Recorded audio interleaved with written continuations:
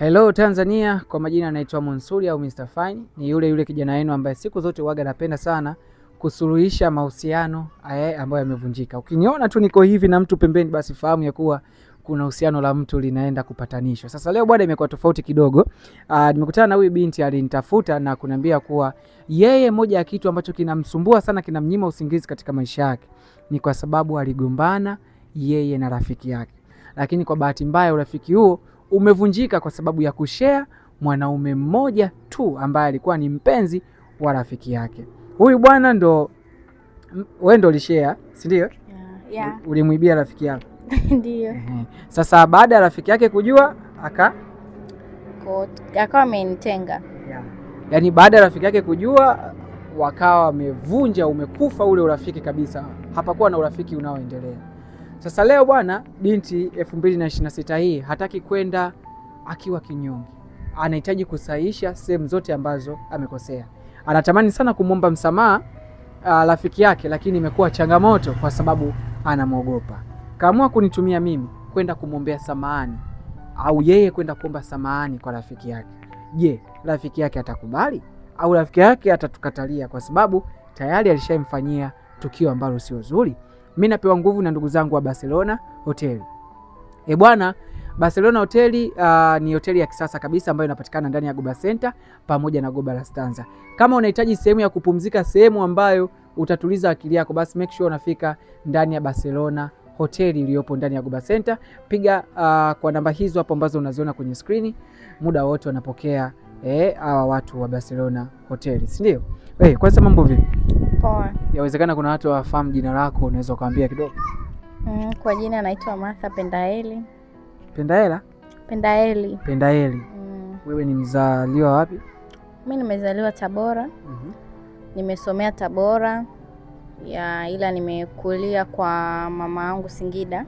Okay. Ila ndo nimezaliwa Tabora, nimesomea. Nilipomaliza darasa la 7 nikawa nimekuja Singida. Okay. Sawa. Na vipi sasa kwa hiyo rafiki yako mlikutana wapi au huko? Maana rafiki yangu tulikutana Arusha. Baada ya kukutana Arusha tukawa marafiki, yani maana nimemkuta anakaa mwenyewe, tukawa marafiki. Baada ya kuwa marafiki tukawa kama ndugu. Kwa yani ndio hivyo. Baada ya mambo ya kutokea ndo tukawa tumetengana. Sawa. Basi asizungumze vitu vingi hapa. Mimi naona tungefika kwanza kwa huyo mhusika, kwa sababu tumemwambia tuko njiani tunakaribia kufika nyumbani. So hata yeye pia huko alipo atakuwa anafanyaje? Anatusubiria. Hayo mengine yote tutaenda kuyazungumza huko. Tutajua kama rafiki yake anaweza kumsamehe au rafiki yake atashindwa kumsamehe. So tuongoze njia. Jamani, na niwaambie kitu kimoja. Hapa tulipo tunakaribia na nyumbani kwake. Ndio maana nikamwambia kameramani wangu hapa Bwana Peter Usogo aweze kutushuti hapa ili mradi jambo liende liwe live. Si ndio?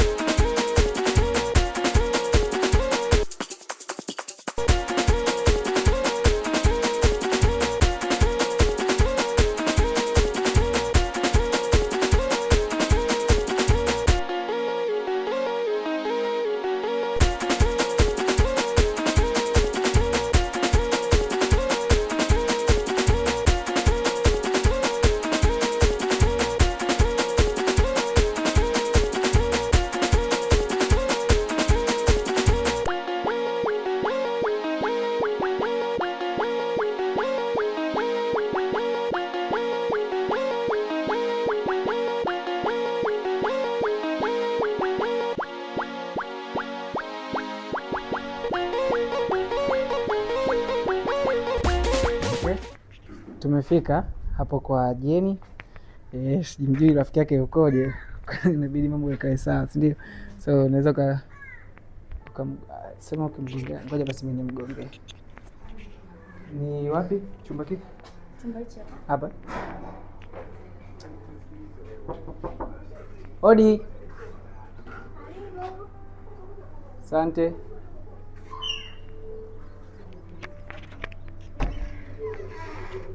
Hello. Mambo. Hai.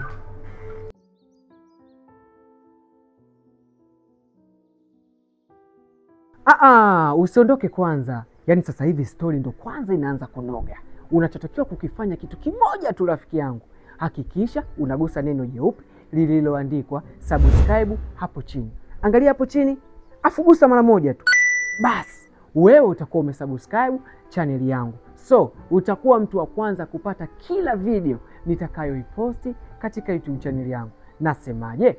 Asante sana mwanangu. Tuendelee na hii story. Nimetafutwa kidogo na sister yangu hapa, na mimi ndo mtu ambaye nilikwambia kuwa nina mzigo wako au nina zawadi yako ambayo nina delivery yako naomba nikuletee. Lakini madhumuni hayakuwa hayo. Madhumuni ilikuwa ni mimi kuweza kukutana na wewe kama utaweza kuridhia tuweze kuzungumza jambo fulani. Ndani? Okay, sawa. Basi sawa, huyu pia ni kameramani wangu. Tunarekodi tu, sio baya lakini kwa hiyo. Sawa? Okay, karibu.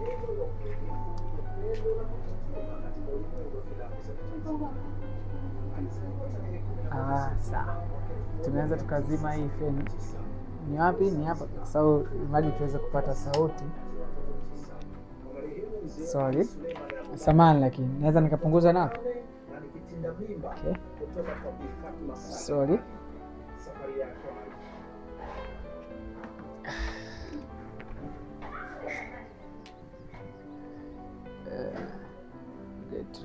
Turudishie mlango kuzuia sauti za watu.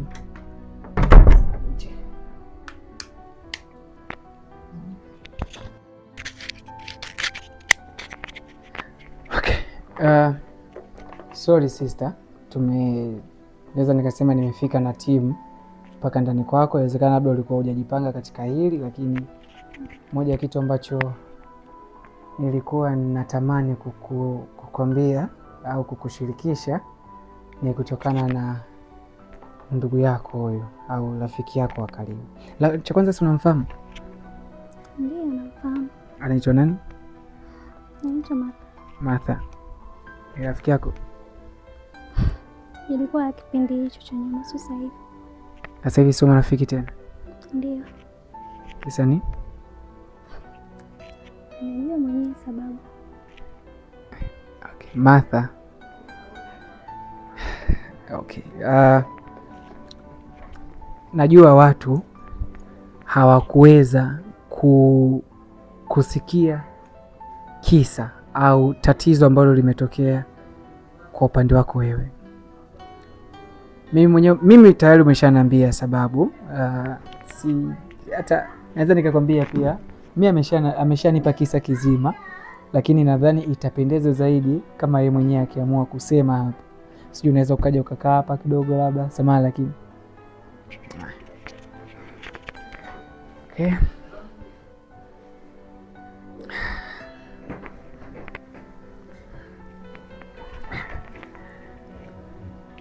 Martha. Pembeni yako hapo unamwona nani? Jennifer. Jennifer. Jenny. Huku unamwona nani? Namwona Martha. Martha wako. Martha kama Martha. Okay. Martha, kilitokea nini mpaka ukagombana wewe pamoja na rafiki yako? Ugomvi mkubwa, ishu kubwa ilikuwa nini? Sasa sijajua nianze na msika hapa au ni wewe, ni kwanza wewe au mwanze sister hapa? Yote tu, kwanza wewe sawa. Okay. Urafiki wenu una muda gani wewe na Martha? Almost miaka mitatu. Miaka mitatu. Na Martha, urafiki wenu una muda gani? Kama alivyosema urafiki wetu una miaka mitatu. Okay. Na ni nani ambaye aliwakutanisha nyinyi mpaka mkao marafiki, mnamkumbuka? Anajua kama mmegombana? Hapana. Hajui? Hajui. Ni mwanaume au mwanamke ambaye aliwakutanisha? Mwanamke. Mwanamke. Na yupo mji huu au akai huko? Hapana. Akai. Shaondoka. Alikuwa anakaa huko lakini amesharudi kwao. Okay. Huoni kama kuna nafasi ya mtu fulani ambaye alitakiwa kuwa katika maisha yako kwa sasa hivi hayupo? Ndio. Kweli? Haujatamani labda kumrudisha huyo mtu? Kutokana na kilichotokea, kwa upande wangu mimi naona ni sawa tu kama kila mtu akiendelea na maisha yake.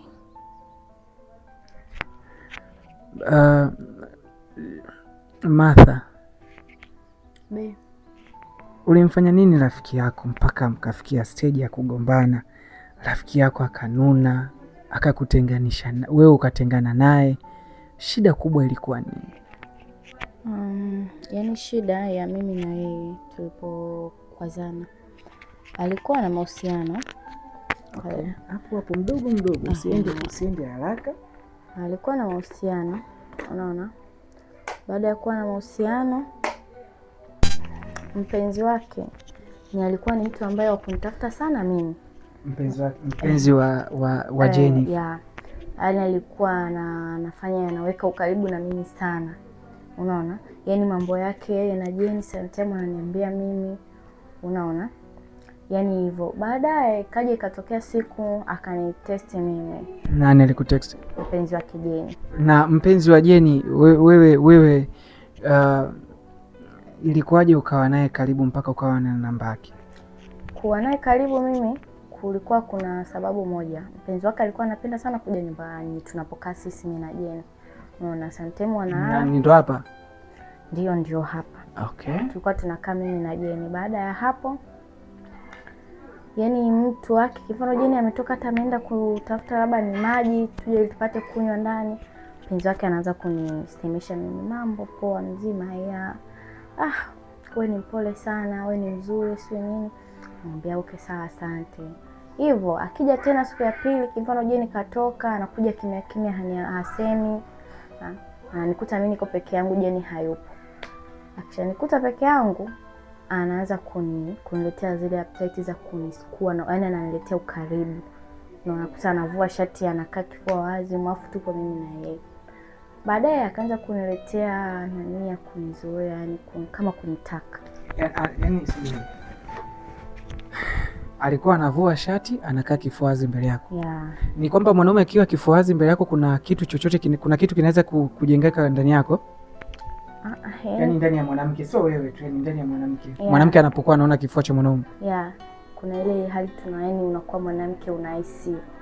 Yaani kuna ubadiliko fulani tu unakuwa nao. Ambao na wewe pia yaani ukajikuta nawe umedondokea katika hiyo changamoto. Yeah. Okay. Kwa hivyo tukawa hiyo siku ikawa imepita, nikajikaza naye pia nahisi hivyo, akajikaza kaondoka. Imekuja siku ya ila wote mlikuwa mmetamaniana. Ya nahisi hiyo tulikuwa tumetamaniana wote. Tukaja kutokea weekend, rafiki yangu akawa ametoka. Mimi ni mtu ambaye sio wa kutoka sana. Okay. Ya rafiki yangu akatoka kaenda club, nikamwambia rafiki yako nani? Jenny. Jennifer. Okay. Mimi nikamwambia mimi nalala, na akamwambia unalala poa, mimi naondoka. Baadaye mpenzi wake tena akaja contest mimi. Kwa wapi? Nikamwambia niko nyumbani. Jenny yupo? Nikamwambia Jenny hayupo, katoka. Basi sawa, nakuja shema hapo nini hata chai. Na hizo message zilikuwa zinaashiria nini? Wapo kwenye mahusiano au wamekutana kwa sababu ya matamanio? Kwa jinsi ulivyokuwa na chati, naweza kusema kwa matamanio. Walikuwa kwenye matamanio? Usiondoke kwanza. Yaani sasa hivi story ndo kwanza inaanza kunoga. Unachotakiwa kukifanya kitu kimoja tu rafiki yangu. Hakikisha unagusa neno jeupe lililoandikwa subscribe hapo chini. Angalia hapo chini, afugusa mara moja tu. Basi, wewe utakuwa umesubscribe channel yangu. So, utakuwa mtu wa kwanza kupata kila video nitakayoiposti katika YouTube channel yangu.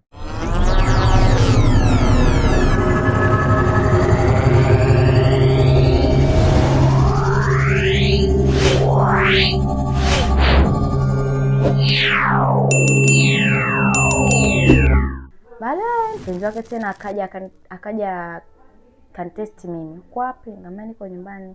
Jeni yupo? Nikamwambia Jeni hayupo, katoka. Basi sawa, nakuja shema hapo nini hata chai ya moto moto, nasikia baridi jioni, aliona sio nzuri. Kweli akaja. Baada ya kuja hapo, kaja tena kama kawaida, kavua t-shirt, kabaki kifua wazi. Mara huyo jamaa ana kifua yani ana kifua yani fulani hivyo, ukiona tu mwanamke lazima unachanganyikiwa. Kwa hiyo ndo hivyo. Kaja baada ya kuvua shati, kavua na boxer. Mimi nimekaa kitandani na check movie.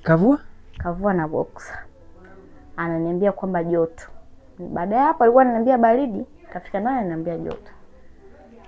Tukawa tumepitiwa shetani, tukawa tumesexy. Baada ya kusexy mimi na yeye, Jeni baada ya kuja akawa amekuta meseji zangu kwenye simu na chat na mpenzi wake. Kweli ambao unausema hapa, Jeni anaujua? Ulishia kumwambia? Anaujua, lakini nilimwambia hakunielewa. Hivi alishia kukwambia hivi vyote? Ndio.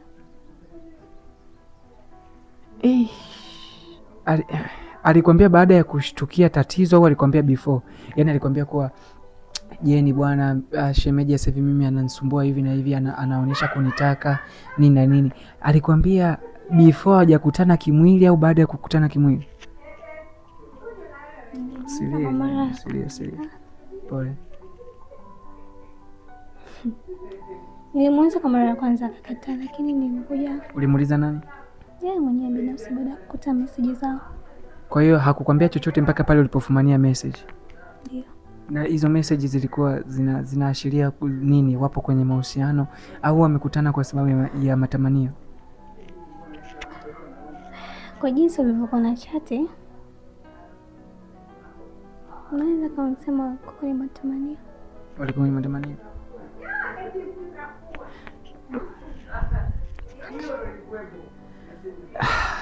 Before tuishie hapo kwanza, hapo uliposema ya kuwa mkatamaniana kajikuta mmesex hiyo siku. Tuishie hapo. Naomba nikurudishe nyuma kidogo. Urafiki wenu ulisababishwa na nini? Tuanze kwako. Urafiki wangu mimi na Jeni, yani kwanza tulikuwa tunaonana tu mtandaoni.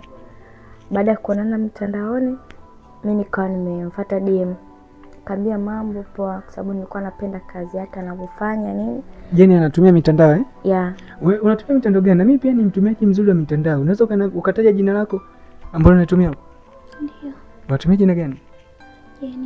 Jeni. Hivyo hivyo? _w_. Aha. Na una mafollowers wangapi huko? Kwa sasa hivi na 30.7k. Basi nitaenda kuiangalia pale, utanipa na jina, nitaenda kuangalia. Sawa? Okay. Ulikuwa unapenda anachokifanya mtandaoni? Kwanza alikuwa mpole, kwa hiyo ikabidi nimpate Jeni. Nikamwambia naomba urafiki na wewe, kaniambia sawa, kanitumia namba yake na mimi nikamtumia namba yangu ya WhatsApp, tukawa tuna chat. Baada hapo mimi nilikuwa sina kazi na yeye alikuwa na kazi. Afikapanga chumba, nikamwambia naomba kuja yani kama una mtu kazini kwenu anatafuta msichana, mimi hapa natafuta kazi.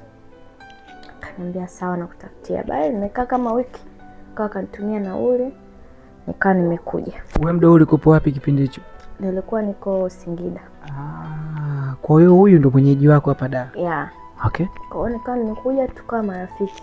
Na hapo samani, ulivyofika huku Dar, Jeni alikuwa kwenye mahusiano na wewe mwanaume wake? Jeni alikuwa yupo kwenye mahusiano yake. Okay. Jeni, sasa hapa naomba hii ni bana hapa. Samani mama. Sorry.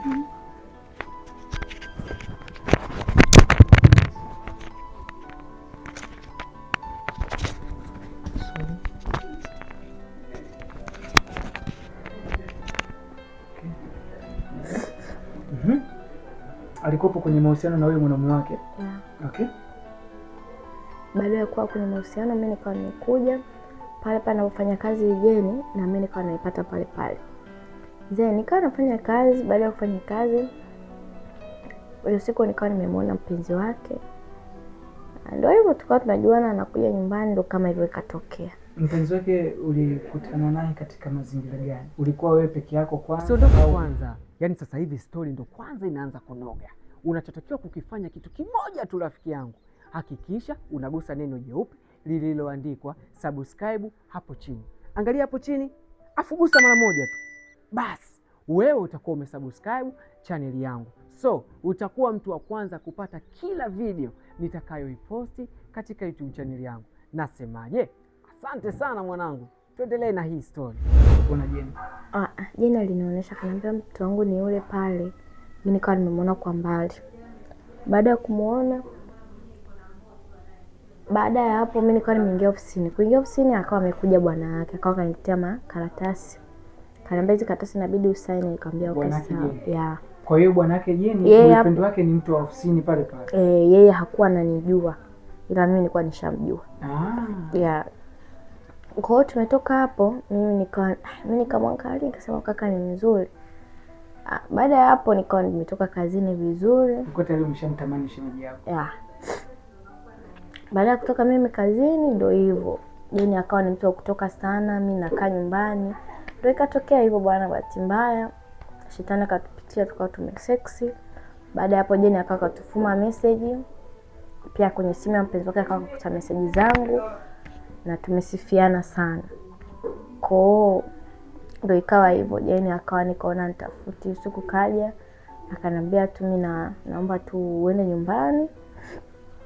Mimi kuja nyumbani, Jeni akawa nitafuti hivyo, nikipigia simu kimpigia simu akaniblock. Baada ya wewe kurudi nyumbani. Sasa imefika mwisho wa mwezi, hapa nitakiwa kodi ilipwe, maji, umeme pia, mimi sina hela.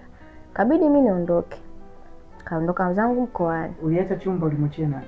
Hizo siku zote Jeni hakuwepo. Hakuwepo. Jeni kipindi hicho alikuwa wapi? Nilienda kwa dada yangu. Na ukumwambia rafiki yako kama umeenda kwa dada yako? Hapana. Okay. Na chumba ulimwachia nani na kodi imeisha? Chumba nilimpigia mwenye nyumba. Sababu nilikuwa na namba zake, sometimes Jeni alikuwa hayupo.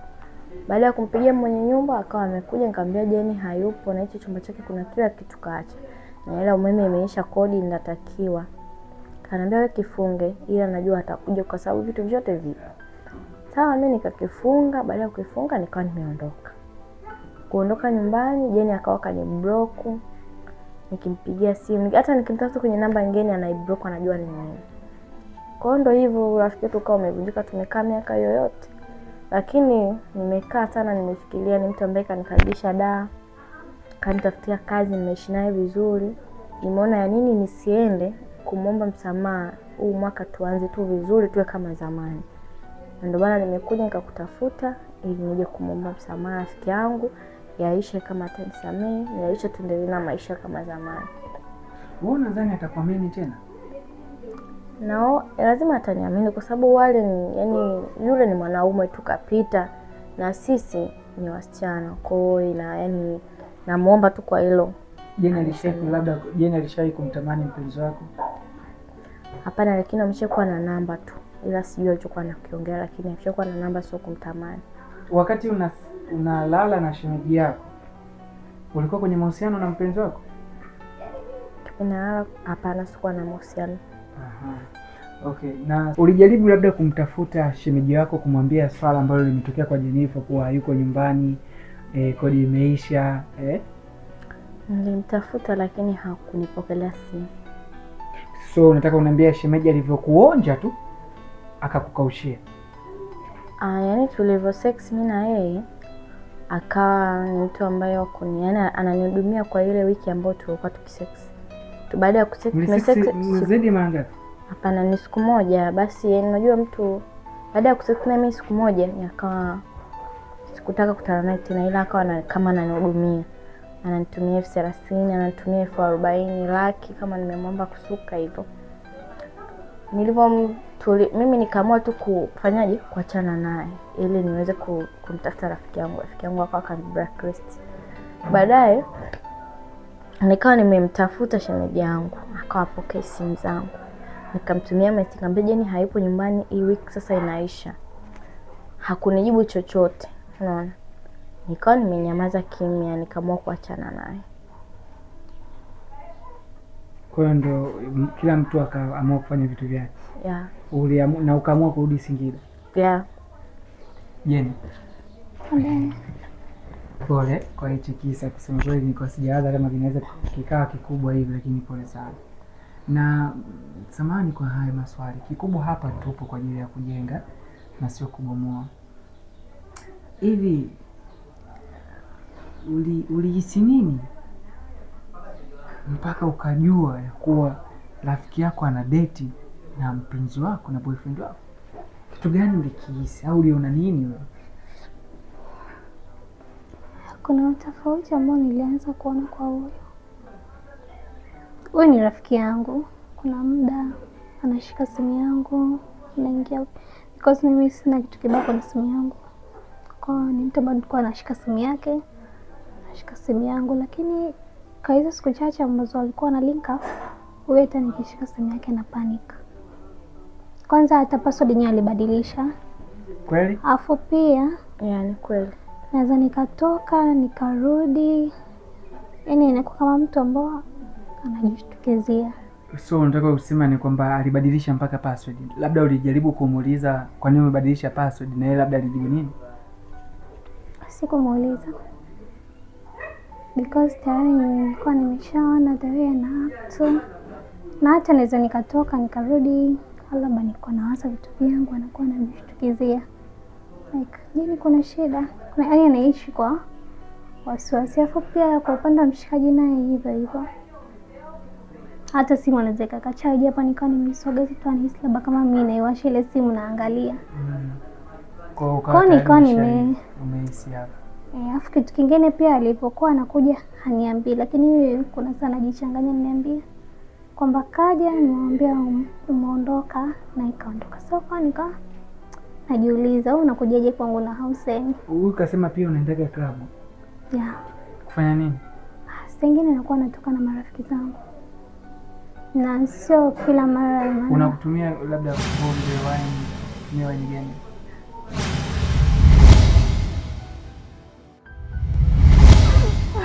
Hakuna rafiki ambaye anaweza kukupigia magoti kiasi. Najua mara ngapi nimekaa ndani mwenyewe nalia. Lakini yale ni mapenzi tu. Yale ni mapenzi tu Jeni. Angalia angalia pia ulikuwa na future gani na huyu mwanaume? Future zenu zingefika.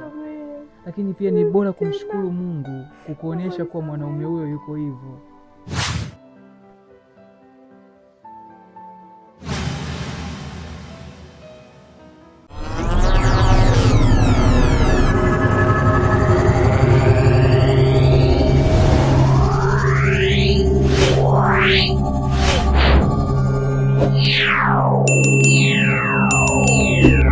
Unakujaje kwangu na Hussein? Huyu kasema pia unaendaga club. Yeah. Kufanya nini? Sengine nakuwa natoka na marafiki zangu. Na sio kila mara. Unakutumia labda pombe, wine. Huyu kasema pia unaendaga club. Yeah. Kufanya nini? Sengine nakuwa natoka na marafiki zangu. Na sio kila mara. Unakutumia labda pombe, wine, unatumia wine gani? Mara nyingi for kazi. For kazi. Kwa mfano mtu akipata akikuomba nafasi labda ya kutoka na wewe, utatamani katika meza ambayo umealikwa naye pembeni basi hicho kinywaji kiwepo. Okay. Haya, sawa.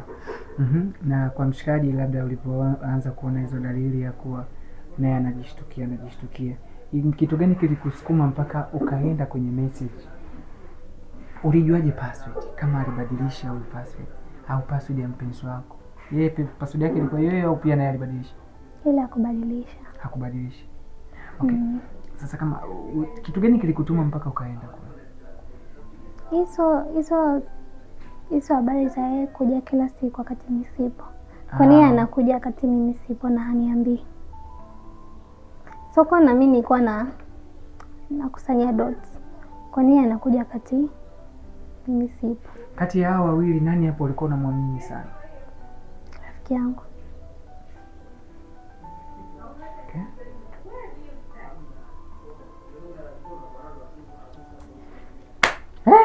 Wadada nyie, pendaneni jamani, pendaneni, mtakuja kuchomana na maji ya moto. Okay, sawa. Na vipi kuhusu huyo mpenzi wako? Ni mpenzi wa siku zote mpaka leo hii? Hapana. Yuko wapi? Sijui. Huwa huwasiliani naye? Hapana. Sasa hivi kwa hiyo una mahusiano mengine mapya? Hapana. You single? Haya. Sina tena ile appetite kwa tena na mwanaume. Lakini unaamini kuwa wanaume wema wapo? Ya, wapo. Ikitokea sasa kuna mwanaume ambaye labda ana mambo, ameshaacha mambo ya kidunia, anahitaji kuwa na mwanamke wa kumtuliza ndani, utakuwa tayari? Ndio. Serious? Serious. Oh. Okay, sawa. Baada ya kuongea hayo, ni dhahiri nilikuwa natamani kujua moyo wako umefikia katika wakati gani. Nilihisi labda moyo wako utakuwa katika wakati wa kuchoka, kuumia sana. Lakini nahisi tayari imeshapita na umeshakubali kunyamaza. Ndio. Na najua hata wakati ulipokuwa mdogo basi mama alikufundisha kusamehe. Na Mungu alisema tusameheane mara ngapi? 7 mara 70. Uko tayari kumsamehe rafiki yako mara 70? Usiondoke kwanza. Yaani sasa hivi story ndo kwanza inaanza kunoga. Unachotakiwa kukifanya kitu kimoja tu rafiki yangu. Hakikisha unagusa neno jeupe lililoandikwa subscribe hapo chini. Angalia hapo chini, afu gusa mara moja tu. Basi, wewe utakuwa umesubscribe channel yangu. So, utakuwa mtu wa kwanza kupata kila video nitakayoiposti katika YouTube channel yangu. Nasemaje? Asante sana mwanangu. Tuendelee na hii story. Nisamehe na haya nilisha. Pia sahau. Sitaki kuyakumbuka. Asikia rafiki yako anachosema kwa yeye kumbe alishasamehe.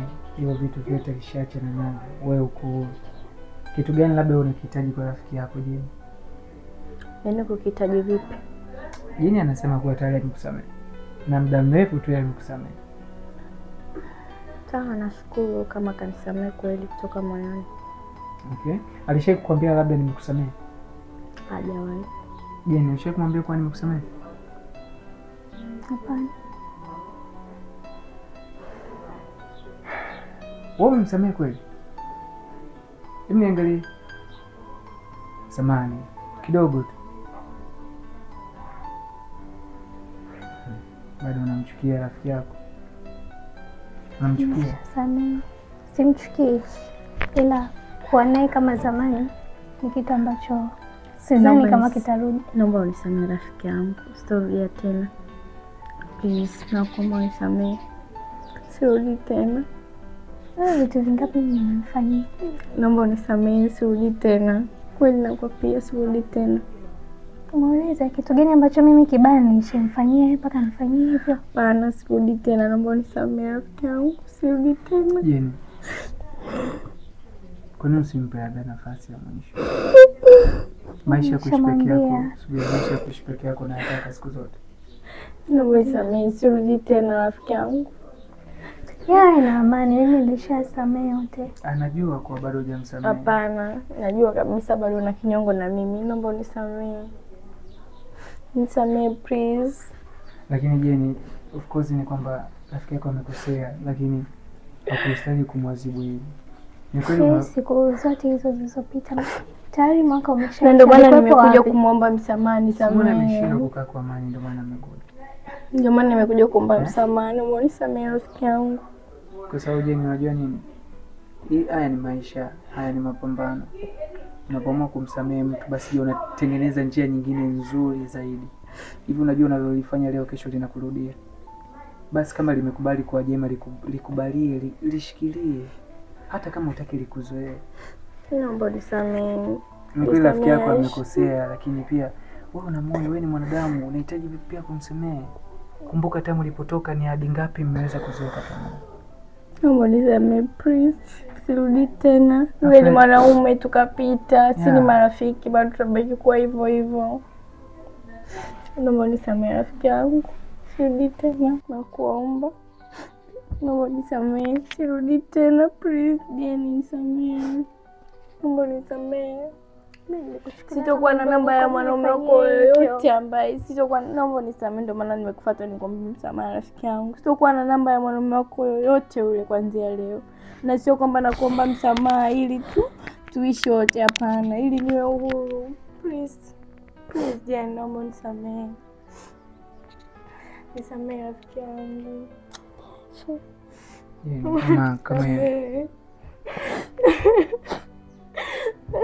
Kama inawezekana msamehe bwana. Unajua sasa hivi hakuna rafiki ambaye anaweza akakulilia. Hakuna rafiki ambaye anaweza akakupigia magoti kiasi. Najua mara ngapi nimekaa ndani mwenyewe nalia. Lakini yale ni mapenzi tu. Yale ni mapenzi tu Jane.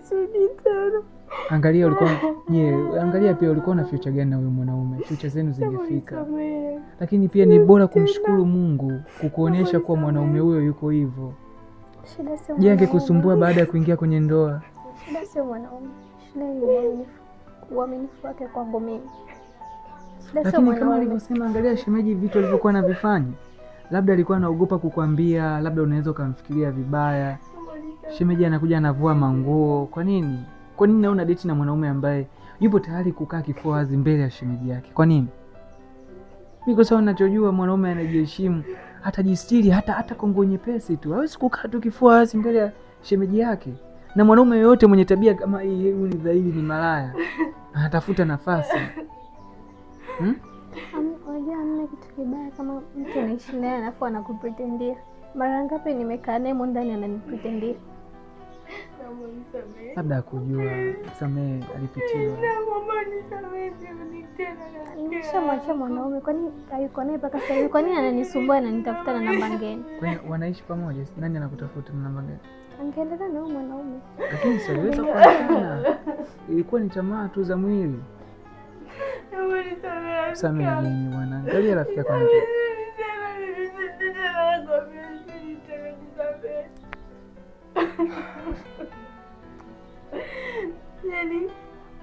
Jenny, hawanisamehe lakini Jenny hawanisamehe.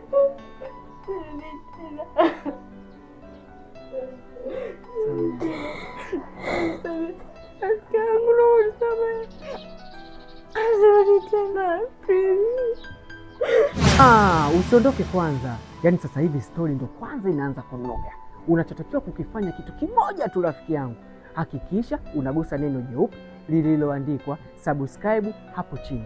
Angalia hapo chini, afu gusa mara moja tu. Basi, wewe utakuwa umesubscribe channel yangu. So, utakuwa mtu wa kwanza kupata kila video nitakayoiposti katika YouTube channel yangu. Nasemaje? Asante sana mwanangu. Tuendelee na hii story.